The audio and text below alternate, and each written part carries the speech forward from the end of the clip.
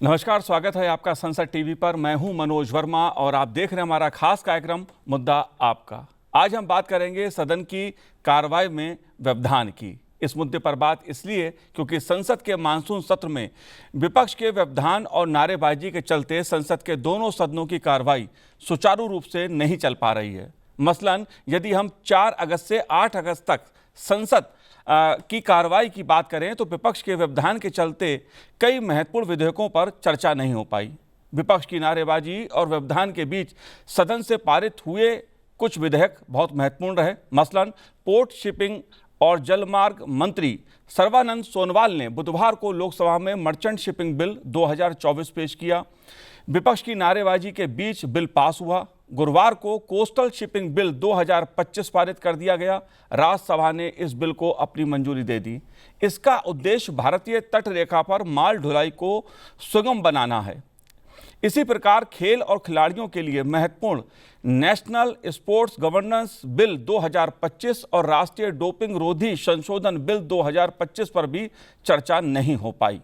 गोवा राज्य के विधानसभा निर्वाचन क्षेत्रों में अनुसूचित जनजातियों के प्रतिनिधित्व का पुनः समायोजन विधेयक 2024 पारित किया गया। मणिपुर वस्तु एवं सेवा कर संशोधन विधेयक 2025 पारित किया गया।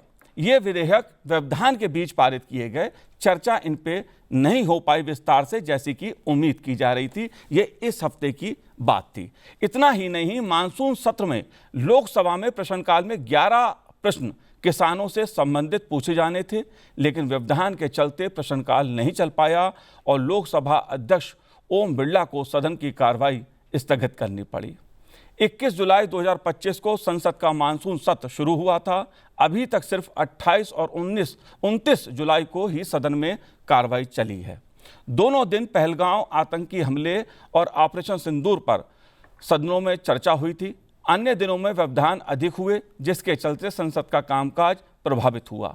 इसलिए सदन की कार्रवाई में व्यवधान क्यों, इस मुद्दे पर आज हम बात करेंगे, क्योंकि मुद्दा आपका है, मुद्दा देश का है। चर्चा करने के लिए 2 खास मेहमान मेरे साथ इस समय स्टूडियो में हैं। लोकसभा सांसद गणेश सिंह जी हमारे साथ हैं। गणेश जी, आपका स्वागत है संसद टीवी पर।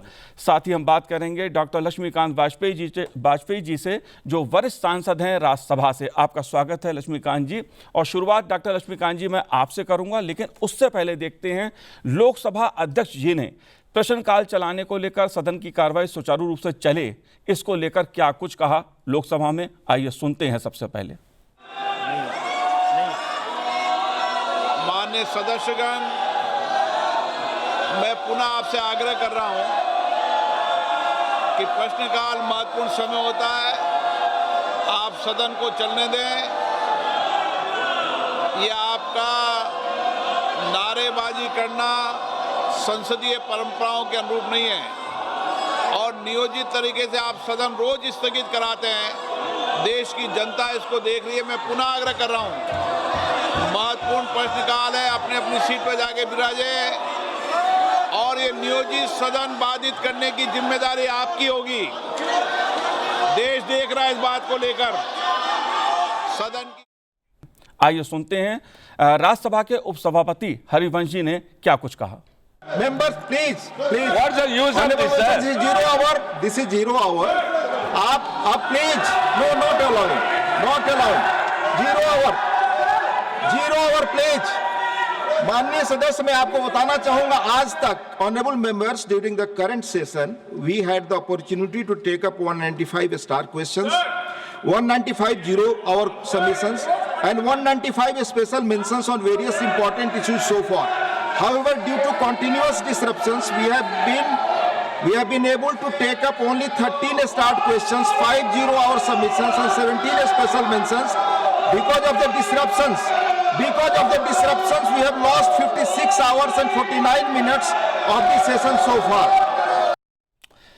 जाहिर सी बात है, जैसे जैसे दिन आगे बढ़ रहे हैं संसद की कार्रवाई के और जिस तरह से व्यवधान विपक्ष की ओर से सदन में हुआ है, उसके चलते बात चाहे प्रश्नकाल की हो, बात चाहे शून्यकाल की हो या सरकार के कामकाज की हो, सभी कुछ प्रभावित हुआ है। सरकार हर मुद्दे पर चर्चा की बात करती है, लेकिन विपक्ष कुछ मुद्दों को लेकर जिस तरह का व्यवधान सदन में कर रहा है, उसके चलते कई सवाल खड़े हो रहे हैं। डॉक्टर लक्ष्मीकांत वाजपेयी जी, सबसे बड़ा सवाल तो ये खड़ा हो रहा है कि आखिर सदन में ये व्यवधान क्यों, इसके पीछे आधार क्या है, क्या कारण है और इससे किसका फायदा है? सदन में विपक्षी दलों का जो रुख है वो कालिदास जी की तरह से है, जिस डाल पर बैठे हैं उसी डाल को वो काट रहे हैं। सदन विपक्ष के लोगों का बहुत बड़ा हथियार होता है सरकार पर अंकुश लगाने का और अधिकारियों पर अंकुश लगाने का, लेकिन सदन नहीं चलने दे रहे एक प्रश्न पर कि स्पेशल इंटेंसिव रिवीजन क्यों। पीठ की व्यवस्था भी आ गई है कि नियमावली का 238(1) ये कहता है कि जो प्रकरण न्यायालय में विचाराधीन है उस पर सदन में चर्चा नहीं हो सकती। और इसके उदाहरण है, बलराम जाखड़ जी ने 1988 में लोकसभा में कहा था चुनाव आयोग संवैधानिक निकाय है, उसके कार्य और निर्णयों पर सदन कोई चर्चा नहीं कर सकता, न पहले किया न मैं करूंगा। बल्कि उन्होंने कहा था कि निर्वाचन आयोग को संविधान में संशोधन करके सदन के अंतर्गत ले आओ तो हम चर्चा कर लेंगे। इसी तरीके से माननीय न्यायालय में विचाराधीन कोई विषय प्रश्न, प्रस्ताव और संकल्प और विशेष उल्लेख का भाग नहीं हो सकता, न किसी चर्चा में उसका संदर्भ लिया जा सकता। ऐसा व्यवस्था में है जी। 15 मार्च 1972 को नीरेन घोष जी ने जब इस पर चर्चा करे तो आदरणीय प्रणब मुखर्जी ने आपत्ति की थी कि आप इसको नहीं कर सकते। 25 नवंबर 1946 को के मोहनन ने केरल उच्च न्यायालय के निर्णय के संबंध में बोलना चाहता था तो स्पष्ट पीठ ने कहा था कि न्यायालय में विचाराधीन मैं इसकी अनुमति बिल्कुल नहीं दूंगा। और मैं एक बात और कहना चाहता हूँ, जब सदन की स्वतंत्रता की स्वर्ण जयंती का समय था तो सभी माननीय सदस्यों ने ये संकल्प लिया था कि हम वेल में नहीं जाएंगे और नारेबाजी नहीं करेंगे। आज उसके विपरीत विपक्षी दल ये नारेबाजी कर रहे हैं। मैं एक और बात कहना चाहता हूं, सदन नियमों और परंपराओं से चलता है। नियम 238 से कहता है कि न्यायालय में विचाराधीन विषय पर कोई चर्चा सदन में नहीं होगी। परंपरा भी ये कहती है, परंपरा के उदाहरण देता हूं, 267 जिसके पीछे ये पड़े हुए स्वीकार करने की बात कर रहे हैं, उसमें यदि पीठ इसको स्वीकार कर भी ले तो फिर इसकी एक प्रक्रिया है कि सदन में एक प्रस्ताव आएगा और बहुमत से अगर वो प्रस्ताव स्वीकृत होगा तो सदन की कार्यवाही को स्थगित करके उस विषय पर चर्चा होगी। अभी तो पीठ स्वीकार ही नहीं कर रहा है, अगले प्रस्ताव का तो विषय भी नहीं है। और मैं एक बात और कहना चाहता हूं, राज्यसभा में 18 बार वर्ष 2014 में सभापति जी ने निर्णय दिए थे। 2000 से 2004 तक 267 की कोई सूचना नहीं आई थी जी। 2004 से 9 के बीच में केवल 4 बार चर्चा हुई है। 2009 से 14 के बीच में 491 सूचना चर्चा एक बार केवल लोकपाल विधेयक पर हुई है। राज्यसभा के इतिहास में नियम 267 की 3152 सूचनाएं आई हैं और केवल 6 स्वीकार हुई अब तक के इतिहास में। तो इससे समझ में आना चाहिए कि किस स्तर के महत्वपूर्ण विषय पर सदन 267 में कार्रवाई को स्थगित करके इसको विचार कर सकता है जी। लेकिन ये जानते हुए भी ये विपक्षी दल अपने पैरों पर कुल्हाड़ी मार रहे हैं। प्रश्न, सूचनाएं, संकल्प और 0 आवर के माध्यम से सरकार के विषयों को उठा सकते हैं, अपनी क्षेत्र की जनता की समस्याओं को, अपने राज्य की समस्याओं का उठा सकते हैं जी। अधिकारियों पर अंकुश लगाने की बात कर सकते हैं। तो ये बजाय महावत का काम करने के ये बिल्कुल पद से, अपने दायित्व से विहीन होकर केवल पॉलिटिकल इशू, जबकि स्पेशल इंटेंसिव रिवीजन चुनाव आयोग हर बार करता है, इस बार भी कर रहा है जी। बिल्कुल बिल्कुल डॉक्टर लक्ष्मीकांत जी, कई आपने उदाहरण देकर बताया किस तरह से जो परंपरा और जो नियम रहे हैं सदन चलाने के वो इतिहास में दर्ज हैं कि सदन कैसे चलेगा। लेकिन गणेश जी, मेरा आपसे सवाल है, क्योंकि संसद नहीं चलता है तो उसका असर उत्पादकता पर पड़ता है। जो महत्वपूर्ण बिल सरकार के होते हैं उस पर चर्चा नहीं हो पाती है। प्रश्नकाल के अंदर जो महत्वपूर्ण सवाल पूछे जाते हैं, जो एक आम सदस्य का, वो चाहे किसी भी दल का, उसका एक तरह से विशेष अधिकार वो होता है, वो तैयारी करता है उसके लिए। और आप इसको कैसे देखते हैं जिस तरह से सदन की कार्रवाई इस मानसून सत्र में प्रभावित हो रही है किसी ना किसी रूप में? दुनिया का सबसे बड़ा लोकतांत्रिक देश भारत है जी, और 140 करोड़ लोगों का प्रतिनिधित्व करने वाले लोग सांसद के रूप में हम लोग संसद आते हैं। कितनी लोगों की अपेक्षाएं जी, कितने बड़े बड़े मुद्दे हैं कि सदन पर वो मामले उठें, सरकार के ध्यान में लाएं और सरकार उस पर अमल करे जी। ये सबसे बड़ा अधिकार है। लेकिन विपक्ष इस वक्त जो भी देश का है, हमारे खास तौर पर मैं लोकसभा में बात कर रहा हूँ, बिल्कुल दिशाहीन है जी। और मैं तो यहाँ तक कह सकता हूँ कि उनको किसी चीज़ की जानकारी नहीं है। ये सदन को जानबूझ करके नहीं चलने देना चाहते। जब 21 जुलाई से सदन शुरू हुआ तो सबसे पहले उन्होंने कहना शुरू किया कि ऑपरेशन सिंदूर पर चर्चा कराओ। जी। सरकार तैयार थी, सरकार ने कहा बिल्कुल हम स्वागत करते हैं, और बिजनेस एडवाइजरी कमेटी की बैठक हुई, उसमें समय तय हुआ, तारीख तय हुई, और उसके आधार पर पूरी उसमें बहस हुई, जवाब भी हुआ। जब पूरी तरह से जवाब उनके सामने आया तो एक्सपोज हो गए। आज़ादी से लेकर के अब तक जितने बार भी युद्ध भारत को लड़ना पड़ा जी, और उसमें ऐतिहासिक भूलें कहाँ कहाँ हुई, जब ये सारा खुलासा संसद में हुआ तो कांग्रेस के नेता, जो आज विपक्ष के नेता है राहुल गांधी जी, उनके पाँव के नीचे की ज़मीन ही खिसक गई। वो जवाब देने लायक ही नहीं बचे कि कहाँ कहाँ गलतियाँ हुई इतिहास में, और उससे वो लगा कि हम तो एक्सपोज हो चुके हैं, अब क्या करें। अब उन्होंने एक तरीका उठाया कि बस सदन को किस तरह से बाधित किया जाए। बिहार का मामला उठा, AIR का। अब सवाल ये, चुनाव आयोग का काम क्या है? जैसा आदमी डॉक्टर साहब कह रहे थे भी, चुनाव आयोग का काम है कि हर वर्ष चुनाव की वोटर लिस्ट को सुधार करना। वही काम वो बिहार में शुरू कर रहे हैं।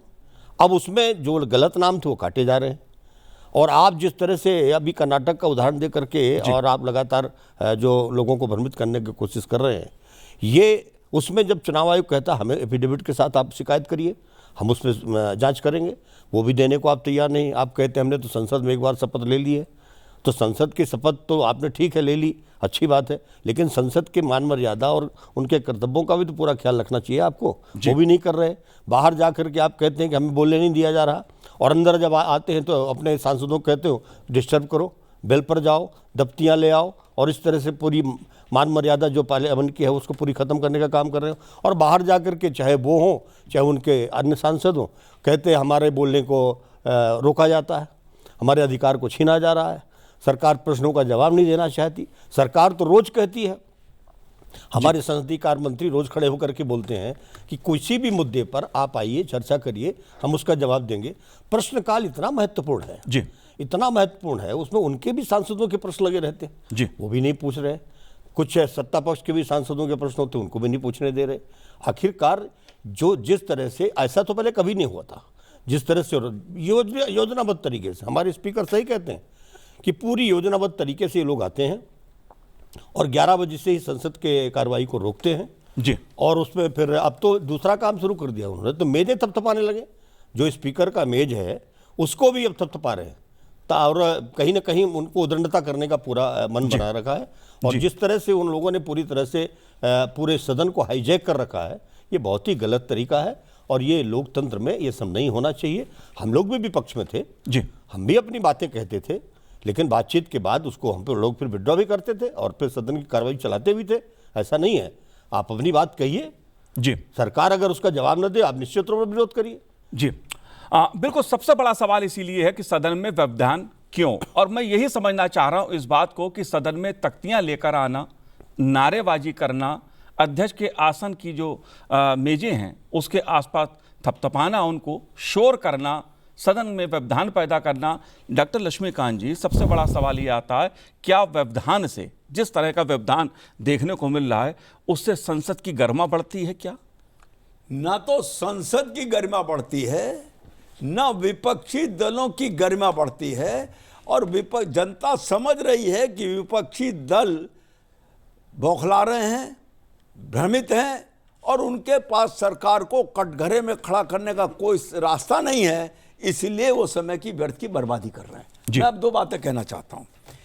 वेल में आकर नारा लगाना, 1978 में सभापति की व्यवस्था है कि यह सदन की अवमानना है, सदन की अवमानना कर रहे हैं। 26 अप्रैल 1988 को उपसभापति ने इसको निंदनीय कहा था, अत्यंत निंदनीय शब्द इस्तेमाल किया था, और अगले दिन सभापति जी ने घृणित, निंदनीय और गरिमा को ठेस पहुंचाने वाला वाकई सब स्पीड की व्यवस्थाएं हैं। 230वें सत्र में जब वेल में नारेबाजी हो रही थी, तब उपसभापति ने यह निर्णय दिया था कि यह विशेषाधिकार उल्लंघन जैसा है। तो मेरा तो ये मत है, तब उस समय माननीय सदस्यों ने बिना शर्त माफी मांगी थी पीठ से जी, लेकिन उस समय के सदस्यों का आचरण था 230वें सत्र में। आज सदस्यों का आचरण नियंत्रण विहीन है और मुद्दा विहीन है, और सरकार को कटघरे में खड़ा करने का जो उनका अधिकार है उसका उपयोग करना नहीं चाहते, नहीं जानते कुल मिलाकर उनके नेता भी भ्रमित हैं, तो नेता भ्रमित है तो सेना भ्रमित है। वो स्थिति आजकल सदन में दिख रही है। जी बिल्कुल लक्ष्मीकांत जी। गणेश जी, अगर मैं ये जानना चाहूँ, समझना चाहूँ, क्या सदन में नारेबाजी या व्यवधान पैदा करना सदस्यों का विशेषाधिकार है? क्या ये? देखिए, कोई विशेषाधिकार नहीं है, अपनी बात कहने का विशेषाधिकार है जी। तो उसके लिए बाकायदे सीट अलॉटेड हैं, फिर बाकायदे वहाँ सिस्टम है, नियम प्रक्रियाओं के चलते आप क्वेश्चन लगाइए, पूछिए। और एलओपी को तो वैसे भी राइट है कि पहले स्पीकर को इन्फॉर्म करके अपनी बात को कह सकते हैं, लेकिन उसका वो उपयोग ही नहीं कर रहे। उनका तो एक उद्देश्य है कैसे डिस्टर्ब किया जाए, सरकार के कामकाज को कैसे रोका जाए, कैसे दूसरे सदस्यों के अधिकारों का हनन किया जाए, ये उनका एकमात्र उद्देश्य चुका है। अब जिस तरह से वो कहते हैं कि जो चर्चाएं हाउस में नहीं हो सकती, ये संवैधानिक संस्थाएं, आदरणीय डॉक्टर साहब अभी उस बात को उल्लेख भी कर रहे थे कि कई हमारे स्पीकरों ने इस बात को कहा है कि भाई जो संवैधानिक संस्थाएं हैं उन पर हम यहाँ पर चर्चा नहीं कर सकते, सुप्रीम कोर्ट पर हम चर्चा नहीं कर सकते, चुनाव आयोग पर नहीं कर सकते, ऐसे 6-7 संस्थाएं हैं जिस पर हम यहाँ चर्चा नहीं कर सकते जी। अब उनको आप कहते चर्चा में लाइए, तो पहले तो संविधान में संशोधन कराइए, तब जाकर के ये संभव है, इसके अलावा तो संभव नहीं है। तो मुझे लगता है कि नियम प्रक्रियाओं पर वो काम करना ही नहीं चाहते। उनका तो बस एक माखौल खड़ा करना, मोदी जी की आलोचना करना, सरकार की आलोचना करना, तथ्यविहीन आलोचना करना, और इसके बाद जब तथ्यों की बात करते हैं तो फिर इधर उधर जाने लगते हैं। और अभी वही हो रहा है, और उन्होंने तय कर रखा कि हाउस नहीं चलने देंगे जी, इसलिए कि वास्तविकता को वो सामना कर ही नहीं सकते। उनको मालूम है कि अब सभी जगह तो एक्सपोजर ही आ चुका है। अभी तक के भारत के पुराने जो बीता हुआ इतिहास है उसकी जानकारी लोगों को बहुत कम थी, लेकिन वर्तमान में अब वो सब जानकारी धीरे धीरे बाहर जा रही है जी। जैसे जैसे सरकार पर आरोप लगाते हैं, सरकार अपने प्रश्नों का जवाब जब देने खड़ी होती है तो सरकार अपनी बात तो कहेगी जी, पुराने इतिहास के साथ दोहराती है। तो फिर कहते हैं कि पुरानी बात आप लोग कहते हो, तो भैया पुरानी बात नहीं कहें तो फिर क्या कहें जी? नई बात आपको स्वीकार नहीं करनी तो पुरानी बात को भी सुन लो कि कहाँ कहाँ गलती आप लोगों ने की थी। और मुझे लगता है कि अब कांग्रेस तो दिशाहीन हो चुकी है, लेकिन उसके साथ साथ जो सहयोगी दल है वो भी दिशाहीन होते जा रहे हैं। कई बार हम लोग अलग अलग से भी बातचीत की, भाई आप लोग ऐसा क्यों कर रहे हो, बोले साथ में है इसलिए कर रहे हैं। तो मुझे लगता है कि इस समय पर जो दलों के नेता हैं उनको बहुत गंभीरता से विचार करना चाहिए। देश में बहुत सारे इशूज हैं जी, और इस वक्त बहुत सारे विषय हैं जो चर्चा पार्लियामेंट को करना चाहिए, उसके कोई न कोई कंसेंसस निकालना चाहिए। चाहे वो अमेरिका का राष्ट्रपति का बयान लगातार जिस तरह से आ रहा है हमारी अर्थव्यवस्था के ऊपर, हमारे व्यापार के ऊपर, तो ये सारे विषय तो चर्चा के हो सकते हैं जी। बिल्कुल डॉक्टर, और इसमें कोई न कोई सलूशन तो निकाला जा सकता है। हमारे प्रधानमंत्री जी ने कल तो कह ही दिया कि देश के किसानों के साथ कोई समझौता नहीं जी, देश के श्रमिकों के साथ कोई समझौता नहीं, मछुआरों के साथ कोई समझौता नहीं, एग्रीकल्चर सेक्टर पर किसी भी तरह का हम कोई भी यहाँ पर दखल नहीं देना चाहते किसी को। हम किसानों की आमदनी को बढ़ाने में लगे हुए हैं, हमारी अर्थव्यवस्था मजबूत हो रही है, हमारा सबसे ज़्यादा सेक्टर खेती में ही तो सबसे ज़्यादा हम एम्प्लॉयमेंट दे पा रहे हैं जी। डॉक्टर लक्ष्मीकांत जी, आपका बहुत लंबा संसदीय अनुभव है। मैं आपसे ये जानना चाहता हूँ कि जब सदन नहीं चलता है उसका असर, एक तो जो बिल पारित होते हैं उन पे विस्तार से चर्चा नहीं हो पाती है। सरकार ने, मैंने देखा इस मानसून सत्र में भी प्रश्नकाल के दौरान लोकसभा में 11 सवाल किसानों से संबंधित थे। केंद्रीय कृषि मंत्री शिवराज सिंह चौहान जी बार बार इस बात को कहते रहे, किसानों के हर सवाल का मैं जवाब देना चाहता हूं। लोकसभा अध्यक्ष ओम बिरला जी ने कहा कि सवाल किसानों के हैं, मुद्दा किसानों का है, चर्चा करिए, लेकिन चर्चा नहीं हो पाई, सदन स्थगित हो गया। बिल बगैर चर्चा के, विस्तार से चर्चा की जगह पारित हो जा रहे हैं। इस स्थिति को आप कैसे देखते हैं? कानून बनने में देरी होती है अलग, सामान्यतः सदन चर्चा का स्थान है, संवाद का स्थान है जी, और संवाद के बाद एक कंसेंसस निकालने का स्थान है। विपक्ष को अपनी बात कहनी चाहिए, सरकार को अपनी बात कहनी चाहिए जी। लेकिन इस वक्त जो सदन में हो रहा है वो एक अजीबोगरीब परिस्थिति पैदा हो रही है। ये सदन में विपक्षी दल के लोग जनता के विषयों को नहीं आने देना चाहते, क्योंकि प्रश्नों के माध्यम से जब सरकार उत्तर देगी तो सरकार अपने किए हुए अच्छे कामों को देगी और सदन के माध्यम से वो जनता तक चले जाएंगे, तो ये विपक्ष के लोग बेनकाब हो जाएंगे। इसलिए भी वो प्रश्नकाल भी नहीं चलने देना चाहते हैं। मैं भी राज्यसभा में अब की बार एक नई परिस्थिति पैदा हुई, पीठ की अनुमति से जो माननीय सदस्य बोल रहे हैं, उनके पास जाकर अन्य सदस्य, विपक्षी दल के सदस्य उनकी सीट पर जाकर उपद्रव कर रहे हैं, नारेबाजी कर रहे हैं। यानी उन जो पीठ की अनुमति से माननीय सदस्य बोल रहे हैं, उनको भी बोलने नहीं देंगे, ये परिस्थिति पैदा कर रहे हैं। मैं राज्यसभा की बात अगर करूं तो राज्यसभा के 268वें सत्र में 8 अगस्त 2025 तक 210 तारांकित प्रश्न, 210 शून्यकाल, 210 विशेष उल्लेख उठाने का अवसर था। जो अवसर विपक्ष ने खुद तो खोया ही, सत्तारूढ़ दल के भी जो लगे हुए थे उनका भी जवाब नहीं आने दिया। मात्र 14 तारांकित प्रश्नों का उत्तर हो पाया, 5 शून्यकाल और 17 विशेष उल्लेख अभी तक आ पाए इस सत्र में। मैं ये पूछना, और दूसरी बात है, 1.5 करोड़ रुपया प्रति घंटा राज्यसभा पे खर्चा है। मैं जनता, आपके माध्यम से देश की जनता को बताना चाहता हूं कि 1.5 करोड़ रुपए प्रति घंटा खर्चा है राज्यसभा के सदन चलाने का, और उस सदन में 62 घंटे 25 मिनट इन्होंने सदन को बिल्कुल नहीं चलने दिया। अर्थात देश की जनता का 15 करोड़ रुपया इन्होंने बर्बाद किया 21 जुलाई से लेकर 8 अगस्त तक। ये अधिकार इनको कहां से मिल गया? इनको जनता ने चुनकर भेजा है इस बात के लिए कि आप हमारे विषयों को उठाइए और हमारी समस्याओं का निदान कराइए। ये बजाय निदान कराने के जनता की गाढ़ी कमाई से अर्जित टैक्स का 15 करोड़ रुपया बर्बाद करने के दोषी हैं ये। तो मैं ये कहना चाहता हूं कि इन विपक्षी दल के सदस्यों को अब हैंडल करने का दूसरा तरीका होना चाहिए। इनसे या तो बात करो। परंपरा ये है कि विपक्ष अपनी बात कहता है और उसके बाद बहिर्गमन कर जाता है, उसका राजनीतिक मकसद इससे पूरा हो जाता है, सदन बाधित नहीं होता, सदन चलता रहता। ये बहिर्गमन भी नहीं कर रहे, वेल में भी आ रहे हैं, और किसी भी स्थिति में चाहते ये हैं कि सदन स्थगित हो, तो और सदन स्थगित करके ये देश की जनता के साथ अन्याय कर रहे हैं, इसमें कोई दो राय नहीं। जी गणेश जी, बात अगर कानून की जाए, सदन में चर्चा होती है किसी भी बिल के ऊपर, फिर वो दोनों सदनों से पारित होता है, कानून बनता है उसके बाद, और जनता उम्मीद करती है। अगर मैं लोकसभा की बात करूं, प्रश्नकाल का मैंने आपको बताया कि कृषि मंत्री हर सवाल का उत्तर देना चाह रहे थे। केंद्रीय खेल मंत्री मनसुख मांडविया जी खेल संबंधी जो बिल थे उस पर वो चर्चा करना चाहते हैं। कहा भी मैं चर्चा करना चाहता हूं, बहुत महत्वपूर्ण बिल है, चर्चा होनी चाहिए, चर्चा नहीं हुई। तो आप इस स्थिति को कैसे देख रहे हैं? देखिए, सबसे बड़ा दुर्भाग्य इस बात का है कि जो लोकसभा के स्पीकर की अध्यक्षता में एक बिजनेस एडवाइजरी कमेटी है जी, कार्य समिति जी, उसमें सभी दलों का प्रतिनिधित्व होता है, और ये लोग जब वहाँ बैठते हैं तब पूरी तरह से बातचीत करते हैं कि हम कौन से मुद्दे उठाना चाहते हैं, सरकार की सहमति है कि नहीं है, फिर उसके बाद अगर सहमति है तो फिर चर्चा के समय तय होता है, और वहाँ जो तय करके आते हैं बाहर आकर उसको पूरी तरह से नकार देते हैं। कई बार हमारे स्पीकर साहब को कहना पड़ा कि भाई आप लोग वहाँ पर बिजनेस एडवाइजरी कमेटी में सहमति देते हो और यहाँ आकर के फिर हंगामा करते हो, ये दोहरा मापदंड क्यों और ऐसा क्यों होता है? तो भाई अगर आपको उस समिति में भेजा गया है तो जिम्मेवार व्यक्ति मान करके भेजा गया है, अब आपकी बात क्यों नहीं पूरी हो पा रही, ये विषय। दूसरा जो महत्वपूर्ण बिल है, जैसे अभी स्पोर्ट्स की बात आपने कही है, सचमुच आने वाले समय में विश्व ओलंपिक होने वाला है जी, और भारत उसकी मेजबानी करना चाहता है। अब सही समय आ गया है कि जब हम सारे खेलों के जो अलग अलग फेडरेशंस बने हुए हैं सबको एक छतरी पर ला करके उसका एक राष्ट्रीय कानून के दायरे में लाने का काम करें। और उसके चलते आज जब से प्रधानमंत्री नरेंद्र मोदी जी बने, भारत के खिलाड़ियों के लिए इतना सुनहरा अवसर दिया उन्होंने।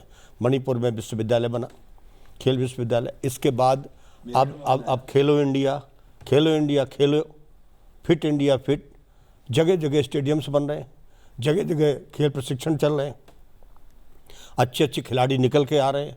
पहले तो गांव में के खिलाड़ियों को कभी मौका ही नहीं मिलता था जी। अब धीरे धीरे उन प्रधानमंत्री जी ने उन गांव के खिलाड़ियों की खोज शुरू कर दी। ऐसा एक कानून हमारी सरकार बनाना चाहती है और खेल मंत्रालय की तरफ से वो कानून आया हुआ है, बिल आया हुआ है, पार्लियामेंट में पड़ा है चर्चा के लिए। लगातार हम लोग कह रहे हैं कि भाई उस पर चर्चा करो, इसी हफ्ते चर्चा होनी और इसी हफ्ते चर्चा उसमें होनी चाहिए थी, लेकिन पूरा समय चला गया। आज शुक्रवार में आज हम लोगों का मेंबर बिल था, प्राइवेट मेंबर बिल था, 3 बजे हाउस शुरू हुआ और फिर हंगामा। तो प्राइवेट मेंबर बिल भी नहीं हो पा रहे जी, बिल्कुल। और महत्वपूर्ण जो उनका भी राइट है, सभी सांसदों का राइट है जी, बिल्कुल, वो बिल्कुल। सरकार का एजेंडा नहीं है, वो सांसदों का एजेंडा है, वो तक नहीं होने दे रहे। अब इससे समझ में आता है कि इनकी समझ कितनी है। जी बिल्कुल। डॉक्टर लक्ष्मीकांत जी, जो बात अभी गणेश जी ने कहा कि प्राइवेट मेंबर बिल की बात कहूं मैं, कि वो एक आम सांसद जो होता, मैं पार्टी की बात नहीं कर रहा किसी की, ना मैं राजनीति की बात करना चाह रहा हूं, क्योंकि ये मुद्दा सदन सुचारू रूप से चले, सदन में व्यवधान ना हो, ये हर किसी का दायित्व है, जो भी चाहे पक्ष हो चाहे विपक्ष हो। सरकार का भी है सदन चले, विपक्ष की भी जवाबदेही है, जिम्मेदारी है सदन चले। लेकिन एक सांसद सदस्य के तौर पे मैं आपसे जानना चाहता हूं कि चाहे बात प्रश्नकाल की हो या प्राइवेट मेंबर्स बिल की हो, एक सांसद बहुत तैयारी करके आता है, जनता भी उससे उम्मीद करती है कि हमारे क्षेत्र की समस्याओं को माननीय सांसद सदस्य सदन में उठाएंगे। एक सांसद सदस्य का सदन नहीं चलता है, तब कितना नुकसान होता है? जहाँ तक आदरणीय गणेश जी ने चर्चा की प्राइवेट मेंबर बिल की, जी, प्राइवेट मेंबर बिल को एक सांसद ड्राफ्ट करता है। ड्राफ्ट करने के बाद सचिवालय को प्रस्तुत करता, सचिवालय में उसका परीक्षण होता है, परीक्षण होने के बाद संसदीय और विधायी दोनों विभागों में जाता है। अगर किसी सांसद का प्राइवेट मेंबर बिल संसदीय और विधायी से अप्रूव होकर प्रस्तुत होने के लिए स्थिति में आ गया है और वो प्रस्तुत नहीं हो रहा है, तो इससे बड़ा अन्याय किसी सांसद के साथ नहीं हो सकता। जहां तक आपने बिलों की चर्चा की, एक लाइन जरूर बोलना चाहूंगा। बिल के माध्यम से सरकार अपनी बात कहती है कि हम क्या अच्छी बातें ला रहे हैं, और सामान्य सांसद चाहे दल से भी ऊपर उठकर कुछ सुझाव देते हैं, उसका उपयोग होता है। लेकिन ये बिलों पर चर्चा ना होने दे के बहुत बड़ा अन्याय संसदीय लोकतंत्र के साथ ये विपक्षी दल के लोग कर रहे हैं। और उसी प्रकार खेल वाला जो बिल है, खेल की प्रतिभाएं गांव में हैं, गांव से प्रतिभाएं बेटे और बेटियां निकलकर जिले में, जिले से निकलकर प्रदेश में, प्रदेश से निकलकर देश में जाएंगी, तो भारत माता का नाम रोशन करेंगी। उन प्रतिभाओं की अच्छी परिस्थिति पैदा करने के लिए आए हुए खेल बिल पर भी चर्चा नहीं होने देना चाहते, किसानों के बिल पर चर्चा नहीं होने देना चाहते, किसानों के उत्तर नहीं आने देना चाहते। ये किस वर्ग के हितैषी हैं, ये देश की जनता के सामने जाना चाहिए। ना ये किसानों के हितैषी हैं, ना ये नौजवानों के हितैषी हैं, केवल अपने राजनीतिक हित साधने के लिए कर रहे हैं। और इसलिए कर रहे हैं क्योंकि अब तक स्पेशल इंटेंसिव रिवीजन पर कर रहे हैं, लाखों वोटर इन्होंने अवैध डालवा रखे थे, अब वो निकल के बाहर जा रहे हैं। और फिर चुनाव आयोग ने बड़ी ईमानदारी से कहा है कि हमारे रिवीजन का जो परिणाम आएगा बूथ वाइज हम उपलब्ध कराएंगे। 1 महीने का समय दिया है कि 1 महीने में आप उसका हमें जवाब दे दो कि भाई ये गलत किया हमने, तो हम उसे सुधारेंगे अगर गलती होगी। और 1 महीने में 250 मकान, एक बूथ पर 250 मकान से अधिक नहीं होते। हम 250 मकानों तक क्यों नहीं जाए? दूध का दूध, पानी का पानी हो जाएगा। और आदरणीय राहुल गांधी जी ने कहा था कि मेरे पास एटम बम है, जो सड़क पर उन्होंने खोला है प्रेस के माध्यम से, वो एटम बम नहीं, दिवाली पे फटने वाला सुतली बम भी नहीं निकला। और मैं दूसरी बात कहना चाहता हूं राहुल गांधी जी से कि चुनाव आयोग ने चुनौती दे दी है, उनको निर्देश दिया है कि एफिडेविट पर दस्तखत करके आ जाओ, तो क्यों नहीं जाना चाहते? अपने कथन को प्रमाणित करने की जिम्मेदारी शपथ पत्र के रूप में लेकर चले जाओ ना चुनाव आयोग के सामने, मार्च करेंगे चुनाव आयोग के सामने। क्यों? कल वो सोमवार को मार्च करेंगे, अपने को अरेस्ट कराएंगे। तो ये राजनीतिक भावना इसके पीछे रहती है, व्यवधान करने के पीछे, या कोई मुद्दा उठाने की एक पवित्र भावना रहती है? क्या रहता है इसके पीछे? देखिए, एक सुनियोजित उनका खेल है कि पार्लियामेंट ना चले ताकि अच्छे बिल ना आने पाए, सरकार की बिजनेस पारित न होने पाए। ये उनका एक षड्यंत्र। उनको मालूम है कि मोदी जी की सरकार रचनात्मक काम करती है, देश के हित में काम करती है, देश के लोग जो चाहते हैं उसी तरह की सरकार वो दे रहे हैं, तो स्वाभाविक है संसद में आना ही पड़ता है। तो संसद काम न करे ताकि इनका काम अवरुद्ध हो जाए। इनकी जो वाहवाही चारों तरफ फैल रही है, जिस तरह से भारत विकसित हो रहा है, आने वाले समय में देश आत्मनिर्भर बन रहा है, उस पर कैसे रोक लगाई जाए, इस वजह से इनका एक सुनियोजित खेल है कि संसद को रोको, संसद को चलने मत दो, ताकि इनका एजेंडा पूरा ना हो। जी वाजपेयी जी, विश्व की चौथी अर्थव्यवस्था से तीसरी अर्थव्यवस्था बनने की तरफ अग्रसर भारत, आदरणीय मोदी जी के नेतृत्व में विश्व का सर्वस्वीकार्य नेतृत्व भारत, वो सब उनकी के कारण है कि कहीं सदन के माध्यम से अच्छे काम होकर और मोदी जी की प्रतिष्ठा और भारत की प्रतिष्ठा न बढ़े, केवल उसको डेंट करने की इनकी कोशिश है, जो ये कर नहीं पाएंगे। सदन में कर ले, सड़क पर तो हम हैं। जाहिर सी बात है, आम जनता से जुड़े मुद्दों पर सदन में चर्चा होनी चाहिए, देश से जुड़े मुद्दों पर चर्चा होनी चाहिए, क्योंकि ये मुद्दे जनता के हैं, ये मुद्दे देश के हैं। लेकिन बार बार व्यवधान केवल सदन की उत्पादकता को ही नहीं बिगाड़ता है, और सदस्यों के अधिकारों का उल्लंघन करता है, विशेष रूप से जो सदस्य संसद में बहस करने और जनता से संबंधित मुद्दों पर चर्चा करने के लिए आते हैं।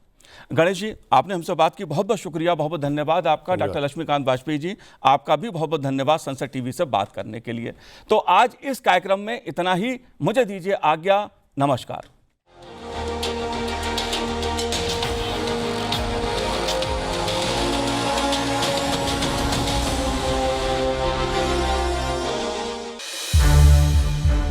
संसद टीवी के और भी प्रोग्राम्स देखने के लिए सब्सक्राइब करें हमारा YouTube चैनल और हाँ, इन्हें लाइक और शेयर करना ना भूलें।